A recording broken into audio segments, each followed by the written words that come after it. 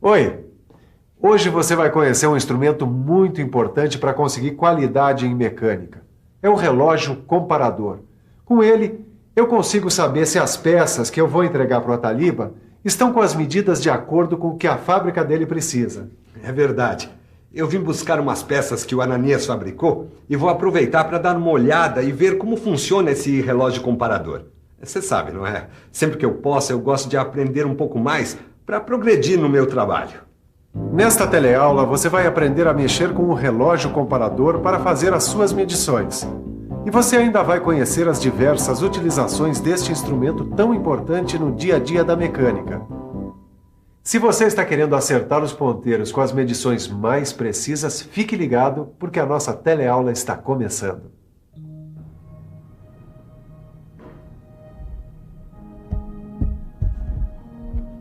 Ó, Sofia, tá aqui o relógio comparador que você me pediu. Obrigada. Me diz uma coisa, por que tem esse nome, hein? Comparador. Isso é fácil de entender. Ele recebe esse nome porque ele mede a grandeza de peças por comparação. Ou seja, ele define a diferença da grandeza que existe entre a peça e um padrão de dimensão pré-determinado. Daí o termo medição indireta. Mas então qual é a dimensão da peça medida?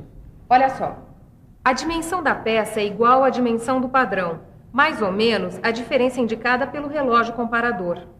Padrão? Mas que padrão é esse, Sofia? É que na medida por comparação, a peça protótipo com dimensões definidas é tomada como padrão e utilizada como referência. Nossa, esse relógio tem tanta coisa que deve ser bem difícil usar, hein?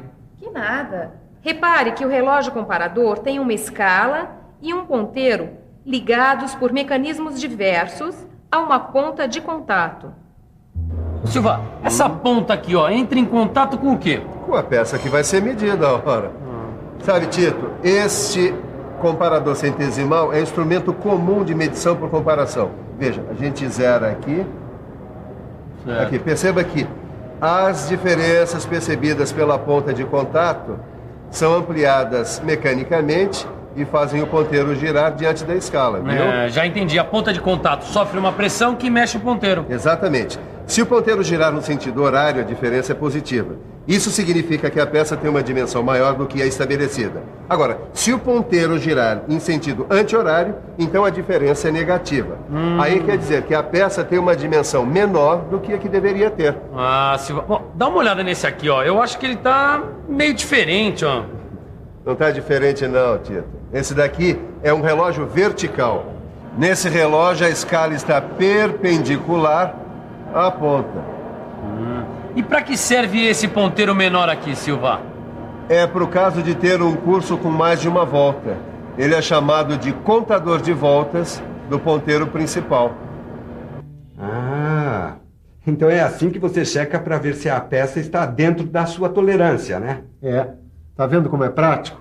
Olha, esse relógio aqui tem esses limitadores de tolerância que eu ajustei com os valores mínimo e máximo permitidos para essa peça. Muito prático. Quer dizer, então, se o ponteiro ultrapassar um dos limitadores, aí você já sabe que a peça está fora da sua tolerância permitida. E assim eu posso checar diversas peças muito mais rapidamente. Além dos limitadores de tolerância, existem outros acessórios especiais que se adaptam aos relógios comparadores. Com eles, é possível fazer controle em série de peças, medições especiais de superfícies verticais, de profundidade, de espessuras, entre outras coisas. O medidor de espessura, por exemplo, é um dispositivo destinado à medição da espessura de chapas. Esse aqui é o medidor de profundidade. Bom, o nome já diz tudo. E este é o medidor interno com relógio comparador ou súbito. Com este dispositivo, os relógios comparadores também servem para furos. Uma das vantagens é a verificação da dimensão do diâmetro ou de defeitos como conicidade e ovalização do furo. E tudo com muita rapidez. E com muita rapidez, Caio, também é feita a medição por esse relógio. Ô, louco, hein, Sofia? Esse aí é super sofisticado. É mesmo, esse é um relógio comparador eletrônico. Ele permite uma leitura rápida em milímetros com conversão para polegada, zeragem em qualquer ponto, e ainda tem uma saída para este mini processador estatístico. E para que serve esse tipo de relógio? A sua aplicação ela é bem parecida com um relógio comparador comum. A diferença é que a amplificação é eletrônica e tem mais as vantagens que a gente já viu. Amplificação? O que é isso, Sofia? Boa pergunta, Caio. Mas só que para você entender melhor isso, você precisa conhecer os mecanismos de amplificação. Ô Silva, quais são os mecanismos de amplificação? Eu sei que existem 3 sistemas. Um deles é chamado de amplificação por engrenagem. E na amplificação por engrenagem, as diferenças percebidas pela ponta de contato são ampliadas mecanicamente. Tudo bem, mas eu continuo sem saber como é que funciona a coisa aí dentro do relógio. Muito bem. Aí, nesse caso, primeiro a ponta de contato move o fuso, que tem esta cremalheira aqui, que movimenta um trem de engrenagens, e esse trem gira o ponteiro indicador. Mas Silva, qual é a relação entre o movimento da ponta de contato e o do ponteiro? Nos comparadores comuns, cada volta completa do ponteiro corresponde a um deslocamento de 1 milímetro da ponta de contato. Como o mostrador contém 100 divisões, cada divisão corresponde a 1/100º de milímetro. Ananias, qual é o segundo mecanismo de amplificação dos relógios comparadores? É a amplificação por alavanca. Por alavanca?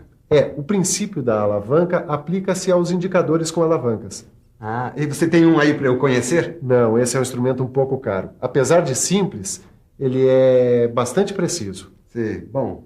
Então fica faltando conhecer o terceiro mecanismo de amplificação dos relógios comparadores. Você tem razão. É o de amplificação mista.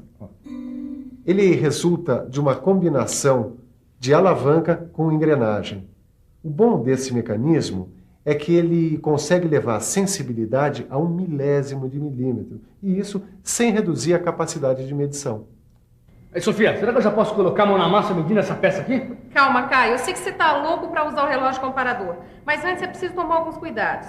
Antes de medir a peça, é preciso que você saiba se o relógio está em condições de uso. Tá, e como é que faz isso? É o seguinte, dá uma olhada como se verificam os possíveis erros. Usando o relógio comparador fixado no suporte, nós tomamos as diversas medidas nos blocos padrão. Agora, a gente checa se a medida indicada no relógio corresponde à do bloco. Também existem calibradores específicos para os relógios comparadores. Antes de tocar na peça, o ponteiro do relógio comparador fica em uma posição anterior ao 0.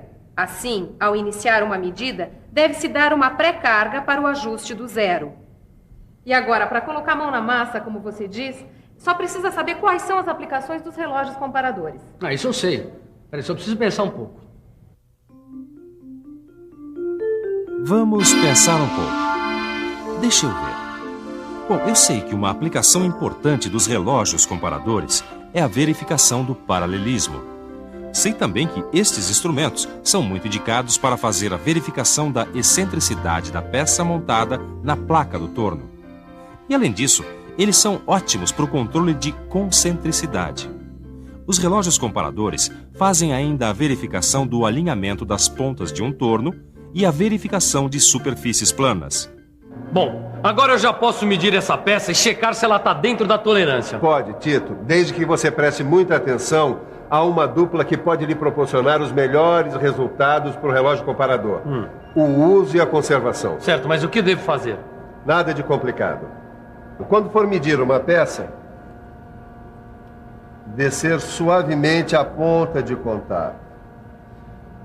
E só tirar a peça quando tiver levantado um pouco a ponta. O relógio deve estar sempre perpendicular à peça, para evitar os erros de medida. Ah, eu sei que também é muito importante evitar choques, arranhões e sujeiras. E também que o relógio deve ser sempre guardado no seu estojo e só sair na hora da medição. Exatamente. Ananias, esse relógio que você está usando, ele é um pouco diferente dos outros, não é? É mesmo. Esse aqui é um relógio ponta de contato de alavanca. Ele é um dos relógios mais versáteis que a gente usa em mecânica, conhecido também como relógio apalpador. Repare que o seu corpo monobloco, ele possui 3 guias que facilitam a sua fixação em diversas posições. Existem 2 tipos de relógios apalpadores. Um deles, que é esse aqui, ó, ele possui reversão automática do movimento da ponta de medição. O outro, que é este daqui, ó, ele tem uma alavanca inversora que seleciona a direção do movimento de medição, ascendente ou descendente. As divisões do mostrador giratório variam de 1/100º a 2/1000 de milímetro e de 1/10 de milésimo de polegada. É? Quanta precisão, hein? Ih, eu preciso levar aquela encomenda para a fábrica, senão o pessoal lá para e você já viu, não é? Deixa que eu te ajudo. Tá. Muito bem, Caio. Até que para sua primeira medição com relógio ponta de contato, você foi muito bem. É, Sofia, mas ainda tenho muito que aprender. Mas por enquanto, basta saber o seguinte. O relógio ponta de contato universal tem uma grande variedade de aplicações, tanto na produção como na inspeção final. Ele é muito versátil. Ele é usado na determinação de excentricidade, alinhamento e centragem de peças, paralelismo entre as faces, nas medições internas e em detalhes de difícil acesso. Olhe uns exemplos de aplicação.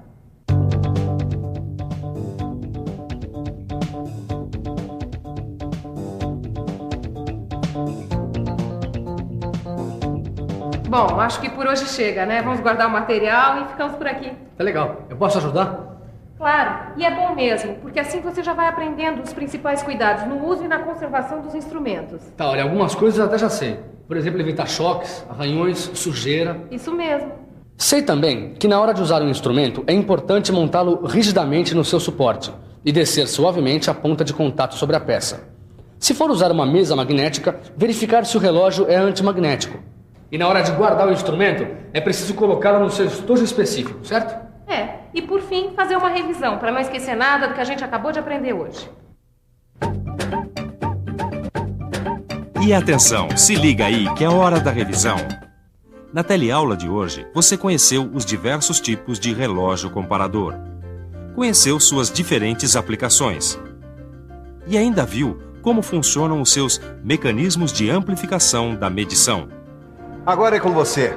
Pratique os exercícios que estão no seu livro de estudos. Assim você nunca fica atrasado na matéria. Tchau. Tchau.